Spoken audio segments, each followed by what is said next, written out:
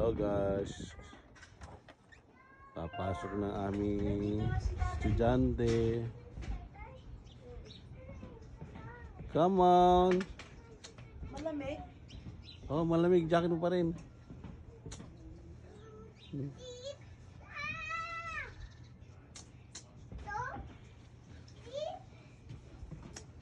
Ayan guys, papasok po siya sa school. Where are you going? Ha? Where are you going? Ah, going to school. Yeah. In the school. Yeah.